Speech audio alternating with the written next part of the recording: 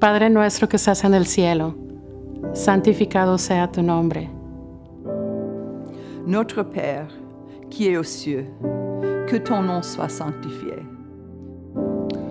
Vater unser im Himmel, geheiligt werde dein Name, dein Reich komme, dein Tatu wetu juu, jina lako litukuzwe. Fikisha ubumfumbo bukutudi.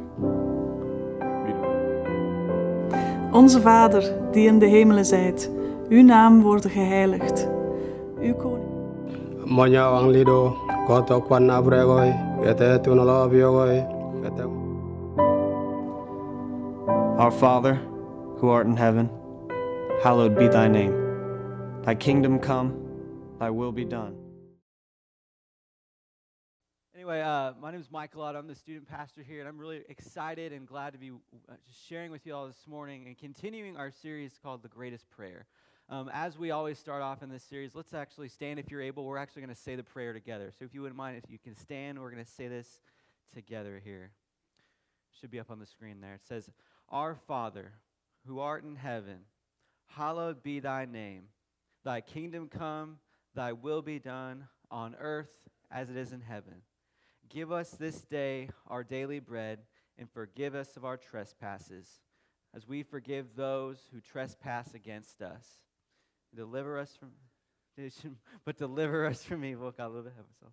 For lead us as the kingdom and the power and the glory forever. Amen. Got a little bit ahead of myself. So if you guys can be seated. So we are actually continuing our series this morning.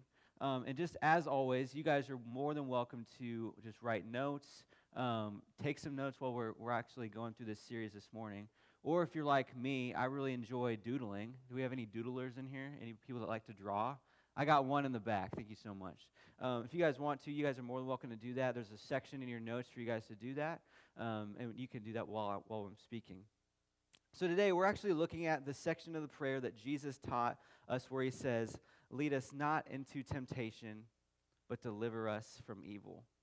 So it's one of those pivotal points in the section where Jesus is talking to his disciples, and he's telling them, this is how you pray.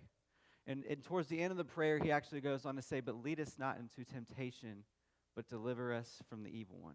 So you may have noticed over here, I got a couple things up here on the stage here. Up here on this one over here, you will notice, if you can see, I got a couple things that, there are two things that are in common with each other here. These are instruments of death that for a really annoying rodent, a really annoying just thing that it can get into your house. It can eat up all sorts of stuff and make your life just awful, right? These are none other than rat traps. Okay, so I made sure this morning I didn't want to take a risk and set this one over here because they're pretty strong. But I wanted to share just a quick story with you guys as we get started this morning. So every winter at our house, we attract not only just all the regular stuff, but we somehow in our house attract mice, and it's one of those annoying things that like we just somehow can't get rid of them. Every winter, I just know that we're gonna have at least one, and it was at this past November that we had a really annoying, just really it wouldn't leave our house. And I remember I was actually sitting in our living room that one night, and out of the corner of my eye, I see it. And it's like at that moment we locked eyes. Have you ever locked eyes with a mouse? It's something that you'll never be able to forget. We locked eyes, and then it sees me, and then it just darts from like behind the couch, and the race is on at this point. I'm trying to find only thing I can find is a shoe. Like that thing's not going to kill this mouse. I mean, it could. But I'm running around the house trying to find this thing, but it's no use. I cannot find this mouse. And at that point, I knew that the hunt was on, all right? And so I was trying to be really humane. I was like, I'm just going to have a quick kill. I don't want to actually, I want to actually save this mouse's life. I don't want to kill it at first. And so I went with this thing called like a sticky trap. Have you guys ever used these things before? Oh, yeah. So they're kind of gross when you like actually look at them, but they're sticky. So obviously I'm not going to touch it. So the thinking is that you're going to have, the mouse is going to trap itself on this sticky trap, and then, it'll be alive, hopefully, and you can just, put it outside and it'll be fine. Well, this is not a regular mouse that I was dealing with this morning, y'all. I was dealing with a very smart mouse that knew, like, okay, I can just somehow, grab the bait and just leave and not get stuck on the trap. I was like, okay, all right. So round 2, I decided, you know what, I'm actually going to go. I found this little rat igloo thing. They go in there, they find the bait, and they usually find the poison. Well, this guy was somehow so smart, he grabbed the bait without getting poisoned. I was like, how is that even possible right now? It's out of this world. This mouse was on a whole nother level. It was like Ratatouille or something like that. You know what I'm saying? So finally, I was like, you know what? The rat has left me no choice. I have to take this rat's life. And so I got this like really industrial, and again, this is not set. So I like, have to remind myself that, and so I don't like snap myself. But I put this thing on the baseboards, put it in, under our sink, and I was ready to go. I put just globbed peanut butter on this thing, just globbed it on there. And I remember I was sitting there at night just watching whatever, and all of a sudden I hear thwack, like this really loud noise. And guys, I'm going to be honest right now, that was like the most beautiful noise that I'd ever heard in my entire existence. And I was like, thank you, Lord Jesus. Because this thing had just been leaving stuff all over the house. It was just so disgusting. My wife was like, I am not going another night with that in our house. We are going to go to a hotel. I was like, all right, pressure's on, got to deal with this thing. So I dealt with this rat. But the thing about mice and the thing about us is that they're tempted, and we're tempted all the time with things that we don't have any control over, right? For me, that was one thing the mouse and I have in common. I love peanut butter. Do I have any peanut butter fans in the house right now? Yep. I'm a crunchy guy. Some people don't like crunchy. I love crunchy. And sometimes I'll actually, like that mouse, I'll kind of scurry into the kitchen at night, and I'll actually take a couple spoonfuls. I just love peanut butter so much. But you gotta think, like the rat, the mouse, wouldn't it wise up after a while? Wouldn't it finally kind of realize maybe we shouldn't go for the bait? Maybe we should just keep living our lives, and maybe we just avoid all that stuff. But no, like the mouse, like the rat, like me, sometimes we are tempted by things, and we just can't control ourselves. And one of my biggest tempters right now is out there in the lobby. They're sitting there every Sunday morning. There's amazing things right beside it. There's fruit. There's coffee. Why do I always go for the donut? I love donuts. I love donuts. Even though they're harps, I still love them. But that's something that I am, I've been talking to Pastor Rick. Maybe we can get some Hertz in here every once in a while. Would anybody like Hertz donuts? I know I would. I heard one person. So those are some things that we're tempted by. And it's all funny. It's all, a laugh. But this, when we really think about it, temptation is one of those things that we deal with day in and day out. I was actually just reading a couple days ago, the Patriots owner got into some trouble this last week. There are things that happen to CEOs of corporate, people that are in business leaders, people that are in the church, people that are in your community. We are all susceptible to this thing called temptation. So you got to wonder, every time we read about another person who falls to temptation that destroys their life, their marriages, their families, you got to remind yourself, why does it happen? Why do we say yes to the peanut butter? Why do we say yes to all these things that are bad for us? So this morning we're actually going to go through and we're going to discuss who's the person that's tempting us, right? And that's the first thing we're going to go through this morning. Who is this tempter?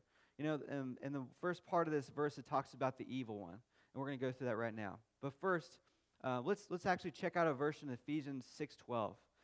This is Paul. He's writing to this church in Ephesus, and he says here, "For our struggle is not against flesh and blood, but against spiritual forces of evil." Let me say that one more time.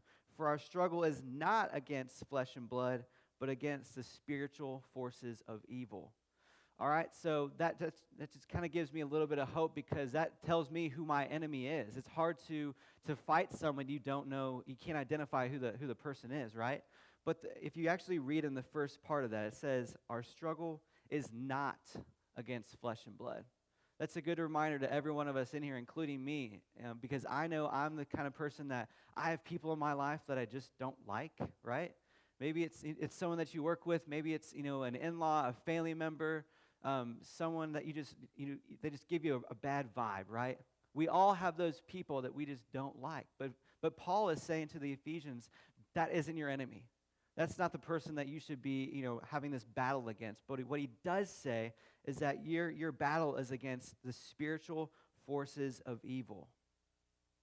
So whether you guys have realized it or not today, everyone is engaged in a battle, and it's not against flesh and blood. It's not against your neighbor. It's not against anyone. It's about it's a battle against the evil one.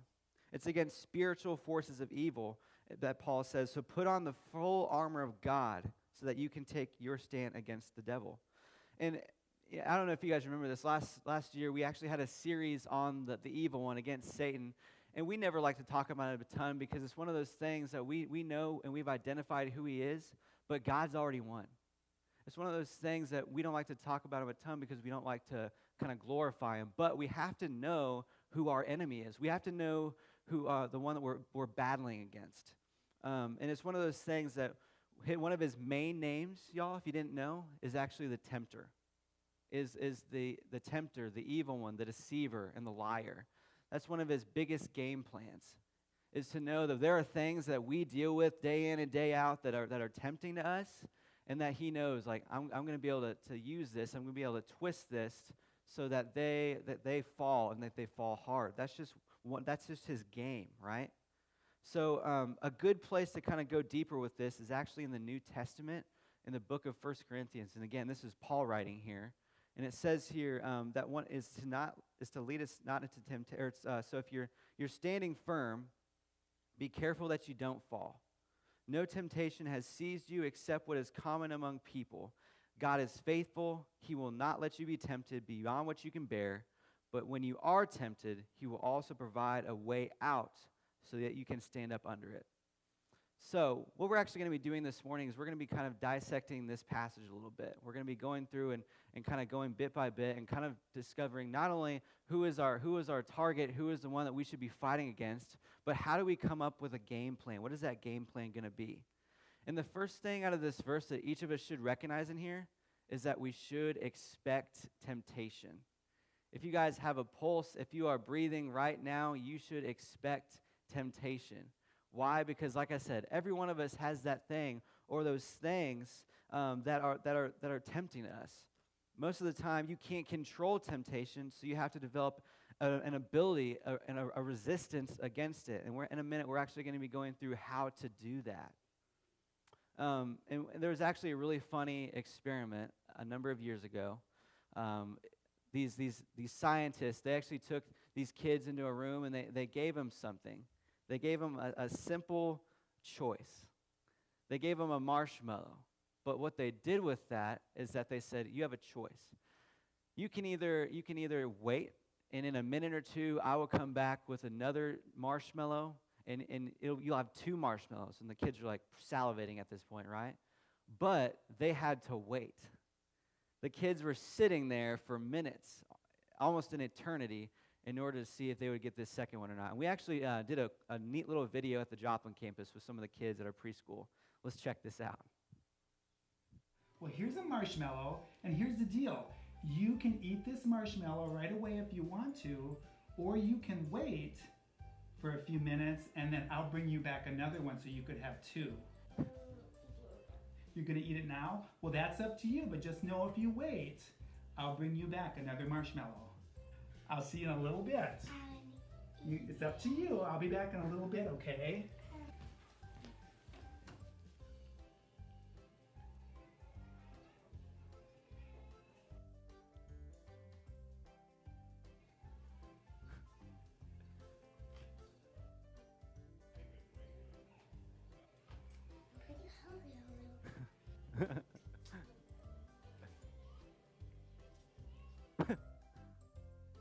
He couldn't do it. He had to.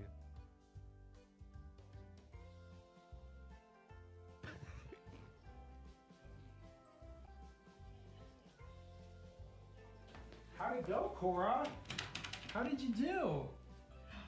You had that almost all gone. You couldn't wait? I didn't. You didn't wait. Was it pretty tough waiting? Good job. So you waited for the second one. That is so awesome. So you ready for two? All right, well, these are yours. Did you not even take a bite? Good job. Let's go. So cute, am I right? So cute. I can guarantee you, if my daughter had a marshmallow in front of her face, she wouldn't she would have gone for it. But it's one of those things that they actually followed up with these kids in the original experiment, and they actually found that the kids that had self-discipline and that waited, they actually went on to be really successful, to have really great ACT scores. And the ones that didn't, this is actually real. Some of them became bullies. So just a moral of the story, teach your kids self-discipline, because that's a really big deal. So each of us in here, we have something that is our marshmallow, right? We have something that is our temptation. So I'm gonna throw these out. So be ready. These are like a little bit heavier than bread, and I expect you guys to catch these. So I'm just gonna chuck them. You guys just got to be ready for them. Oh, she caught hers. I'm gonna throw one that way. Nice catch, sir. I'm gonna do a few more in the back. I'm gonna go for Rick in the back. Oh, he missed it. That's okay. That's okay. We love you anyway.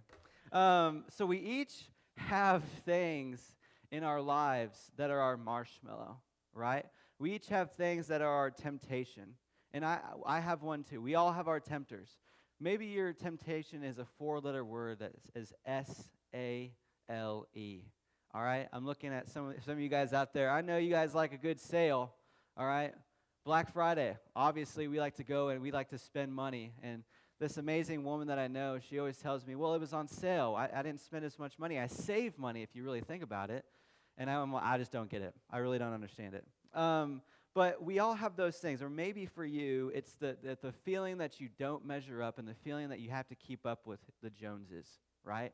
You have to have the nice stuff at your house. You have to have that nice car, that nice house, that nice, piece of furniture. You have to have that nice thing in your home. Or maybe for some of you guys, it's that tempting app or that tempting website that you just can't stray away from. Or maybe it's the bottle. Maybe it could be anything like that. But for me, and for some of our students I talk to every week, it's this feeling and this acronym called FOMO. Have you guys ever heard of that acronym before? It's called fear of missing out. And you're like, oh, that's what they've been meaning. So it's one of these things where a lot of these kids have social media. They have social media, they have these applications, they have these phones that a lot of times are amazing in and of themselves, but eventually they can breed really awful things into their lives. And what I've found is that when I'm on Facebook, when I'm on Twitter, Instagram, or whatever, I feel like eventually I just feel like all I'm doing is comparing myself to other people. And maybe you guys have felt that same way before, but I know for me that's just something that I struggle with. And so this last month, in February, I decided to go off social media, and it's been super, super freeing for me. And it's neat because on my iPhone, it'll show me how many times I've opened my phone, how many hours I'm on my phone, and it'll tell me what apps I'm using, how often I'm using them. It's like a really neat thing, neat plug there for iPhones, but it's one of those deals that I've had to just stay off of it. And, it's kind of neat for me because it's like it's one of those shorter months, So February is not that long. I feel like it's gone by so quickly, right? But for me and for our students and for some of you guys, that is your marshmallow, right? So maybe you're still wondering, what is temptation? What does it mean? There's actually a biblical definition that we're going to go through right now of temptation. Temptation is allowing yourself to be torn away from God. Let me say that one more time. Temptation is allowing yourself to be torn away from God. So it's anything, like I said, that puts distance, that puts an amount of space in between our Creator and you. Now, obviously, we have sin in our lives. That's plain and simple. But it's when constantly things are getting in the way of our soul and God. And what's at stake really is our soul. Because giving into temptation is allowing myself to be torn away from the God who loves me.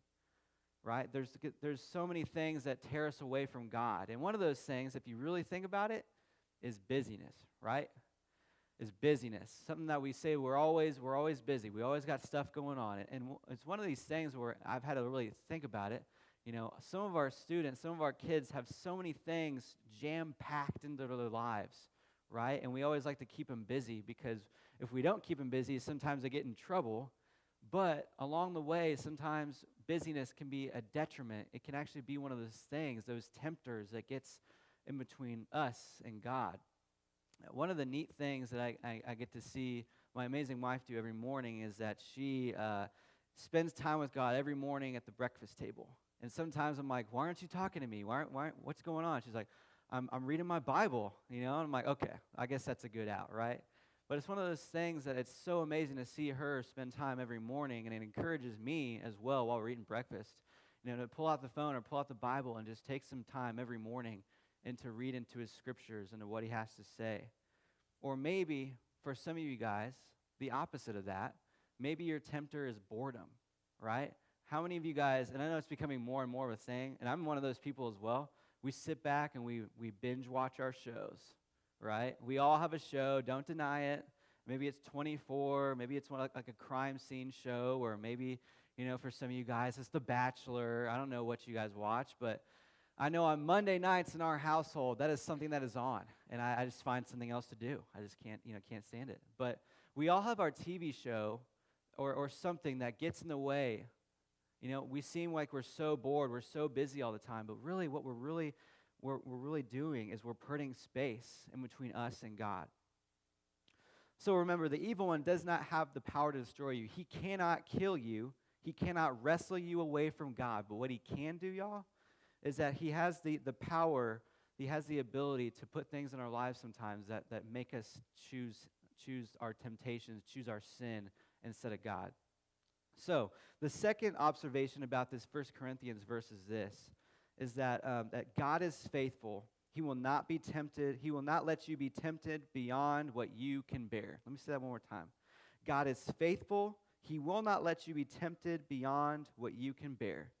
So God knows just how much you can bear. He knows that you have the ability to withstand this, and he knows that you do not have the ability to withstand this other thing.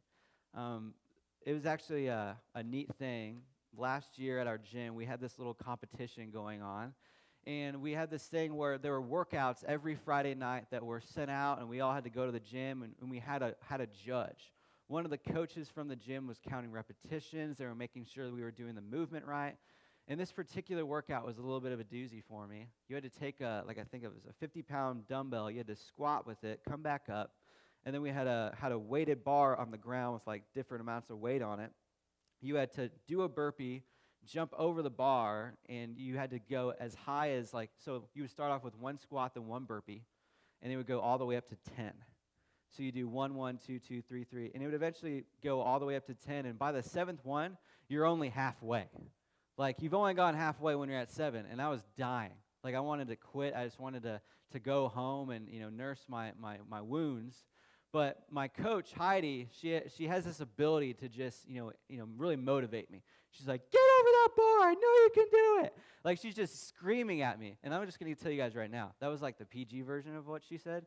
Really, it was some other choice words. But I got over that bar. I finished the workout just in time. And she knew exactly what I could bear. She knows when I'm cheating all the time in our workout. She knows when I'm not putting as much effort into it. And she always says, that's not how you do it. Your head didn't go through the window when you put the weight above your head. And I was like, all right. And she'll say no rep all the time. And God's like that sometimes. He knows how much we can bear. He knows what we can withstand. It's like he draws a line in the sand and he says, you cannot go this further. Because God knows just how much temptation you can bear. God knows. And I don't know how he knows, but he knows. And he will not allow the evil one to go beyond that point. He won't. And that's a great, great promise for us this morning. So that ought to be very encouraging to everyone in this room, that this cannot go any further. And James 4 says, and it says this, resist the devil and he will flee from you. That's from James 4:7. He will flee, but it will take some resistance. So we know who like the person is that we have to battle against, right? We know that it's the evil. We know that it's Satan. We know that he is a tempter, that he's a liar, that he puts shame and guilt on us. And we also know that we ourselves are tempted by all these things, but what do we do about that? What are we supposed to do about that? So this morning, we're actually going to come up with a small 2-part little game plan into how do we combat temptation and sin in our lives. And this first one, y'all, deals with joy. And there's a verse that, this part of this verse, we'll talk about this, but we go down in Nehemiah 8:10, and it says here that the joy of the Lord is our strength. The joy of the Lord is our strength. And that's out of Nehemiah 8:10. So God will make a way out. And sometimes that is through real joy, real happiness. And just like we were talking about the sale and we were talking about the stuff in our lives, that's not the same thing. See, God, He has designed this amazing peace, this amazing joy that He only knows that we can have through Him. And that's when we find that joy, that's when we find that true peace, that we can truly be able to combat this temptation and sin in our lives. One of our new shows at our house right now on Netflix is this show called Tidying Up. Have you guys heard? It's like been sweeping the nation right now. It's this small little Asian woman. She's been going to homes all throughout America, and she's been telling people how to not only purge stuff, but how to find joy in their lives. And one of the things that she always asks and always tells people is, does this thing bring you real joy, right? And these people throw away like, oh my gosh, some of these people are borderline hoarders, right? They have so much stuff. But we should ask ourselves the same question. Does this relationship, do these people bring me real joy? And if it does, that's awesome. That is amazing. We want to praise God for that. But if it doesn't, what does it look like for us to substitute some things in our lives for us to find real joy and happiness through God?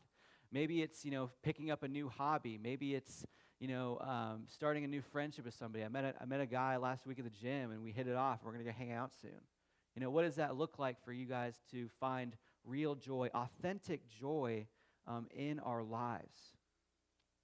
And one of the key factors in that is that you have to test whether you've lost some passion in your life. Maybe you guys in here, maybe you've lost your passion for your relationships, for the things going on, your job, your friendships. Maybe you guys have lost your passion for that. And when that does happen, when we get a little bit miserable, that's when the tempter knows he can creep in, because our relationships suffer, our marriages suffer, our families suffer, and God doesn't want that. He wants you guys to stay with Him, close to Him throughout the whole time. So a second thing that we can really look toward, that we can really look to help us dealing with temptation, is to find real, authentic relationships of accountability, right? We need to have someone in our lives that we can be real with. God did not design us to be on an island alone. I always think about the Castaway guy. Even he had a buddy, right? I mean, and actually, we do have a Castaway volleyball. I should have brought it up here. But even he had a buddy, right? He had somebody that he could actually have a relationship with. We ourselves were designed by God to have loving relationships with people around us. A family member, a friend, a coworker. We need all these relationships to build us up. But really what we really need is someone that we can just be real with. And we need someone in our life that we can speak truth to. For me, that's a mentor. His name is John. He married my wife and I, and I call him all the time because I want him to kind of take stock and ask me tough questions that I know a lot of my friends won't, and a lot of people in my life won't ask. And it's one of those really neat things that when he asks me those questions, I know I have to be real with him. And we all need those people in our lives that can really speak truth into us. And that's why we always encourage relationships and community within this church. If you guys aren't in a life group, if you guys would like to learn more about starting a life group, starting and really joining one, we would love to give you some of that information. And through some of the life that you can actually give or get from this community is by serving in the church. One of my favorite times every Wednesday night is after all the students have left, and we're all kind of there together as volunteer leaders. And we're just hanging out. We're just talking about life. We're sharing stressors. We're sharing some of our anxieties, and we're praying for each other. Or maybe for you guys, we have all these opportunities, the lawn care team, the kitchen team. We have all these amazing opportunities to serve and to join a community. And that's when we find this real community is when we can combat the temptation. We can combat the things in our lives that Satan, the evil one, knows that is lurking right there. And those are just two things that I think are really, things we really need to give to God. So you see, each of us in here has a marshmallow, right? Each of us in here has these things, like I said, that trip us up, that allow space in between us and God. But God doesn't want that. So I would just encourage you guys as we head out in a few minutes that to find someone, to think about one person, or to pray to God, what does it look like for me to have someone in my life that I can be real with, that I can have accountability with? And what does it look like for me to find true joy in these things? Because as we know now, true joy, true patience, and true peace comes from God. And that's ultimately what we have to do this morning, because, you know, in a room this size, I know everyone in here, you have your hang-ups. You have your things that you're ashamed of, that you're guilty of. We all have those things that are our tempters. And it's more than peanut butter, as we know now. It's more than donuts. It's that thing that we know at the end of the day that we struggle with.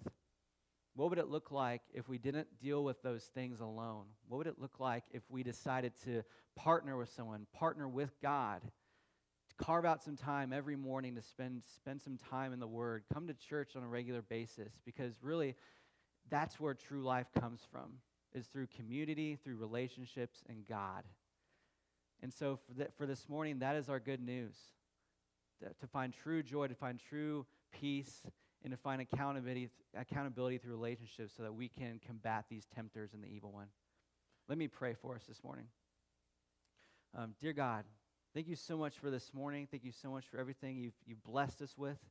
God, we just want to lift up these things to you right now, these things in our lives that ultimately are leading us astray from you, God, that ultimately are coming in the way, are ripping us apart from our relationship with you, Lord. And so, God, we just ask that you would just come in the middle of those things, that we can find meaningful relationships, we can find meaningful joy and peace through you and through others so that we can combat Satan, we can combat the evil one.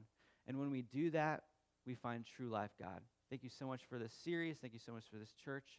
And we thank you for the greatest prayer, God. It's in your name we pray. Amen.